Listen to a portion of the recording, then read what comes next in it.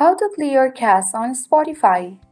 In this video, I'm going to show you the quick and easy way to clear all your cache on Spotify. So do watch the video till the end so that by the end of the video, you'll learn how to do it. Now without any further ado, let's dive into the video.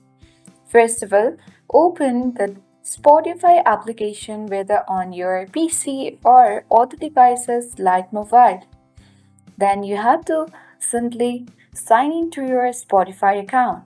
Once you have done that, select the profile icon at the top left corner of the screen, and on this left panel simply select Settings and Privacy option. Now on the settings page you have to scroll a bit down, and underneath video quality you will get option of storage. Simply select it, and on this page you will easily get all the details of the stories taken by Spotify applications, whether that's on other apps, download, cache and free storage. So to clear cache, simply select clear cache button, and then you need to note that your downloads won't be removed if you clear cache on Spotify.